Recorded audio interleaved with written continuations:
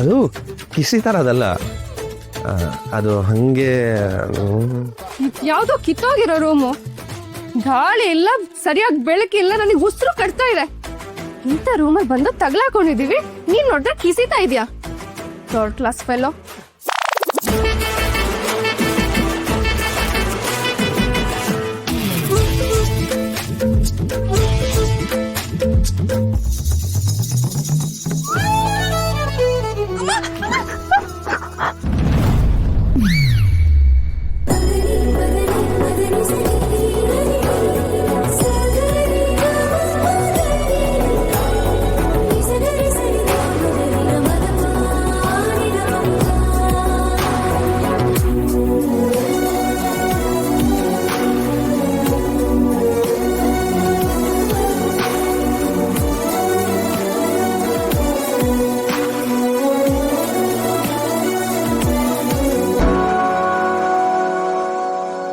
ಏನದು?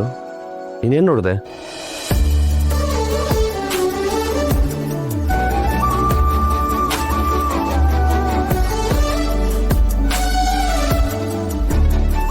ಲೋ ಕಾಟ್ರು, ನಾನು ಇಲ್ಲಿವರೆಗೂ ನಿನ್ನ ತಿಕ್ಲ ಅನ್ಕೊಂಡಿದ್ದೆ.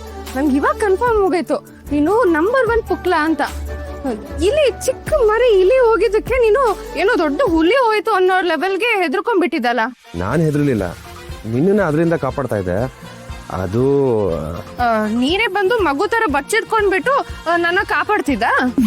ನಾನೇನು ಬಚ್ಚಿಡ್ಕೋತಾ ಇರಲಿಲ್ಲ. ನಿನ್ನ ಮೇಲೆ ಮತ್ತೆ ಅದು ಬೀಳದೆ ಇರಲಿ, ಹಾರದೆ ಇರಲಿ ಅಂತ ಹಂಗೆ ಕಾಪಾಡ್ತಿದ್ದೆ ಅಷ್ಟನ್ನ.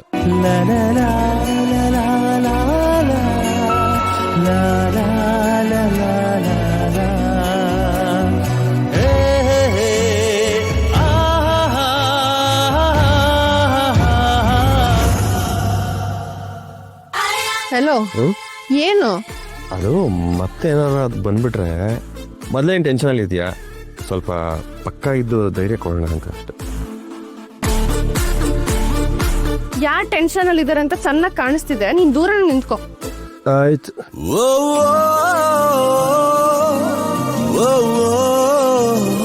ಈ ನಗು ನೋಡಕ್ಕೆ ಕಿಟಕಿ ಏನು ಬಂಡನೆ ಓದ್ ಒಳಗೆ ಬರ್ತೀನಿ, ಇನ್ನೂ 1000 ಇಲಿಗಳನ್ನ ಮೈ ಮೇಲೆ ಬಿಟ್ಕೋತೆ.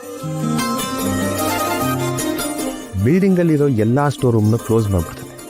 ಹಿಂಗೆ ನಗ್ತಾ ಇರ್ಬೇಕಷ್ಟೇ. ಚಂದ ಅಪರಾಧ ಒಂದು ಸುಮ್ಮನೆ ಜರುಗಿದೆ ಇಂದು.